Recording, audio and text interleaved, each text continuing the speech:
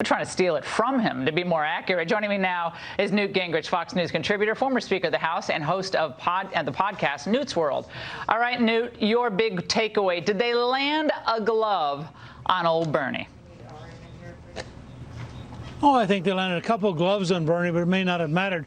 But what struck me, Clifton and I watched it tonight, and I was really struck with Bernie looks crazed. I mean, if you were trying to do a Saturday Night Live episode, I don't know who you'd get to play Bernie, because with the glasses and the intensity and all that stuff, he looks like he's just sort of, he's the uncle who comes to Sunday lunch having had too much to drink and then starts lecturing you about these ideas he's had his whole life. At the same time, I actually thought Bloomberg was better than he was last week. He had gained ground. He was clearer. He was more decisive. But the big takeaway is here are all these people looking like children having this nasty little argument. And here's Donald Trump with 120,000 people in a stadium. And you say to yourself, I mean, none of these folks right now are communicating the kind of stature that would let them compete with Trump. I thought for the Democrats as a party, tonight was just one more disaster.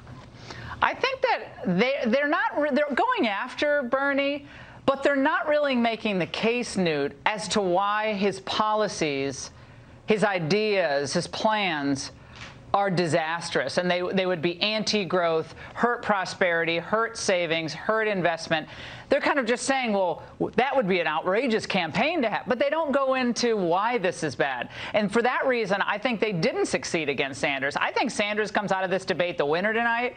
It's not wishful thinking. This is I'm objectively looking at this. I don't think they laid any really substantial glove on Bernie Sanders. I mean, he's Larry David. So what? Larry David's really funny. He's kind of the grumpy old guy who tells you to get off his lawn. I mean, people love that.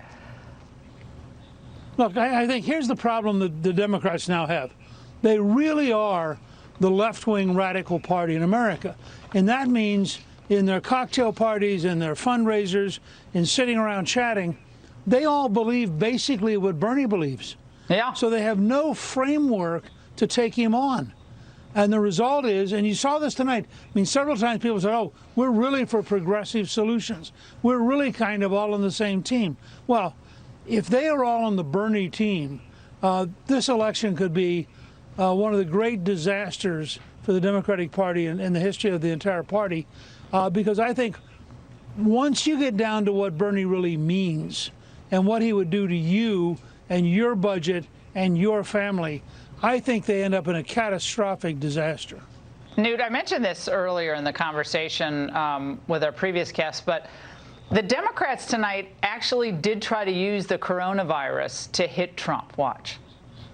The president fired the pandemic specialists in this country 2 years ago. This president has not invested like he should have in his budget. He tried to cut back on the CDC. We increased the budget of the CDC. We increased the NIH budget. We should have our president today, and he's wiped all that out. This great genius has told us that this coronavirus is going to end in 2 months.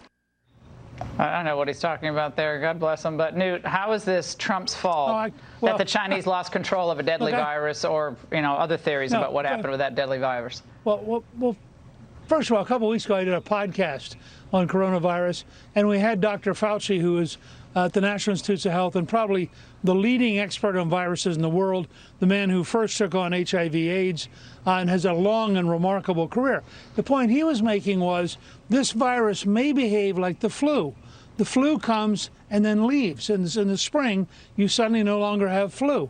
And it's possible that as the weather warms up, the virus will disappear. This wasn't Trump, sitting around making this up at Mar-a-Lago. He had been briefed by scientists who said there's a fair chance that sometime as the weather gets warmer, like flu, this virus will disappear. Now, the problem is it also will come back next year. Yeah. And so we can't slow down the effort to stop it. But let me be very clear, because as Speaker of the House, I actually helped double the budget of the NIH. I'm going to sound like Joe Biden for a second, all these things we once did in the past. But the truth is, we did double the budget, and I've worked very closely ever since with the director of the National Institutes of Health. I actually got a lot of money for the Center for Disease Control. We have the most effective public health service in the world. The Center for Disease Control is the model for the planet.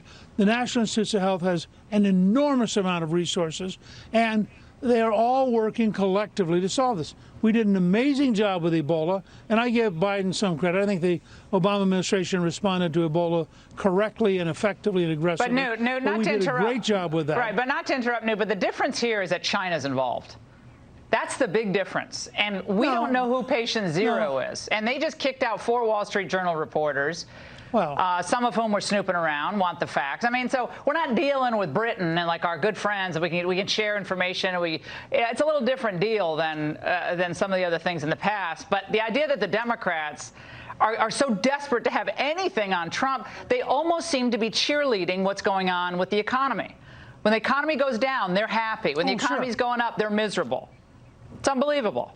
Well, and frankly, I've said for the last couple of days, the president's biggest challenge is to have his economic team looking at what are the logistics links to China that could, in fact, cause us to have a slowdown in our own economy, not the direct effect of the virus, but the indirect effect, which is that the Chinese economy right now has ground to a halt. I mean, there are whole cities where nobody's going to work.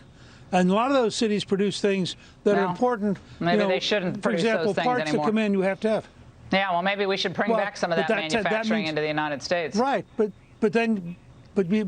Trump had better make sure if that's what we need to do, we better do it fast enough that you don't suddenly have a recession in August, September, October.